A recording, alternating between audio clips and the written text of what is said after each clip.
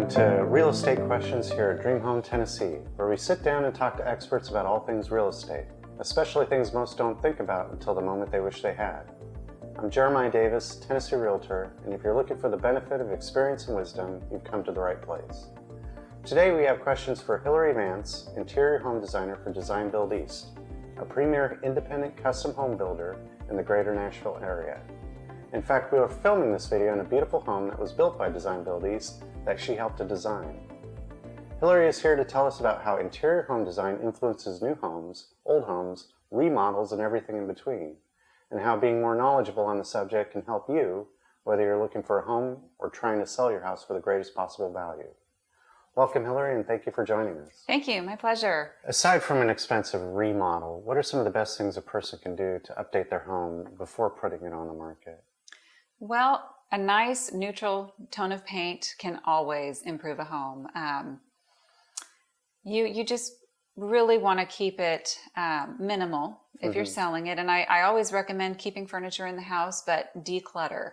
So you don't have to do a major remodel to sell a home. Create a neutral palette, then someone can come in. They can see it lived in because it's set up with some furniture. They can imagine themselves there, but they also can imagine, well, I could do this with it. I could add this. You don't want to do anything that's going to turn off buyers so that it's a style that they may not like. So when you say neutral, you're talking about very colors like grays, whites. Grays, whites, beiges. You just don't want any loud red walls or super trendy, bright. I go to bright colors, which can look lovely, but when you're selling a home, you want someone to walk in and imagine themselves living there. And some things can just be so glaring that it's, wow, this is just not for me. They can't look past it. Earlier you mentioned home improvement shows, and of course those are very aspirational and they involve a lot of work, and of course they bring in tons of people to help. But if someone's knowing that they want to put their house on the market and that's what they're used to, and the process can seem kind of intimidating, what would you say to kind of relax them in that situation and kind of get past that, why it's not such an impediment to getting their house to a point where it'd be attractive? Well, I would just say relax. You don't have to look like the, DIY shows. It's really as simple as keeping the house, clean it up, fix any things that might be broken that would stand out. And like I said, maybe a neutral coat of paint to freshen it up. Declutter, curb appeal. People don't need to see a brand new kitchen if they're not walking into a home expecting that. If you just want to get your home on the market and sold, just a nice, clean place that people could imagine living in. It doesn't have to be brand new this, brand new that. Excellent, excellent. So what is a more impactful design choice? Paint color, cabinetry, countertops, lighting and fixtures, or is it kind of a combination? How are they all kind of related? Well, it is a combination. And when you're a buyer walking into a home, you might be immediately caught by some beautiful fixtures, the overall aesthetic of the house, the color, the temperature of the colors.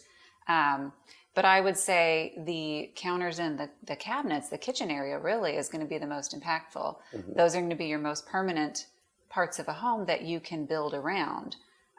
It all does connect together because you want to have an overall cohesiveness in the design, but I would definitely say your cabinets and your counters, that's what you're going to build around for future. You're going to be able to paint to match them. Fixtures are easy to change out, but a kitchen is not always. Thank you. What are some of the tips that you have for people to help prioritize their goals for a remodel or a makeover on a limited budget? Planning. Really, it's planning. I would say pick out your materials, be very, very organized with it, and leave some room in that budget for accidents that might happen, or not necessarily accidents, but unseen changes that happen. I would say be careful of what you take on yourself. DIY shows make it look easy. That's not always the case, and a lot of times you may end up spending more to have someone come in and fix something. If you've painted before, go for it. Paint your walls, but I would caution people on doing a lot of work themselves to save money. And that's a really great point, because you can kind of help anticipate some of the problems that you might run into, or some of the things that need to be dealt with. What kind of tips would you have for people that they're setting out to plan? Well, really, it's a lot of research, and it helps to have someone helping you manage. If it's a big remodel, they'll help you to not spend all your money on the front end. Make sure you have something at the end to put in the nice fixtures, the nice things at the end. You would want to have someone to guide you overall with realistic expectations. You don't want to end up with a house that's beautifully framed, but the fixtures are the cheapest one that you could afford with your budget at the end of it. And you mentioned unanticipated expenses. What are a few examples that people would not see going into it necessarily? Well, in the cases of remodels, there's always going to be something that pops up, whether it's you change out the plumbing in one bathroom and then a fitting needs to be replaced. You want to take out a wall and you realize it's load bearing. Lots of things like that can pop up, as well as mistakes that are made. Maybe you paint a color, you don't like it, you want to change it back. Then that's going to cost you more on the end. Yeah, so you anticipate that in your budget, and that way when it happens, it doesn't seem as frustrating, to say the least. Yeah. Exactly. Thank you. Is there anything else that you'd like to mention that you think would be helpful? Well, I think overall the process of buying a new home, choosing between a home that is new construction and remodel can be very difficult, but it's always exciting to get in and be able to bring your own aesthetic to it. And that's always possible. Even in a brand new finished home, you can always add your own flavor to it. I think that's a great point. How can people keep that in mind, that even if it's a new house and it's all built and designed, they can add their own touches and make it personal for them? Well, I mean, you can always refer back to just a simple accent wall. Decorations, really. You bring in your furniture, you bring in your art, and you make it yours. Well, thank you very much for sharing, Hilary. Thank you. We really appreciate You're you welcome. being here. My pleasure. If you're interested in learning more about home design, Dream Home Tennessee is a great resource. If you'd like to know more about Design Build East's portfolio of fantastic custom homes, please visit their website. Once again, this is Jeremiah Davis at Dream Home Tennessee, and I will see you next time.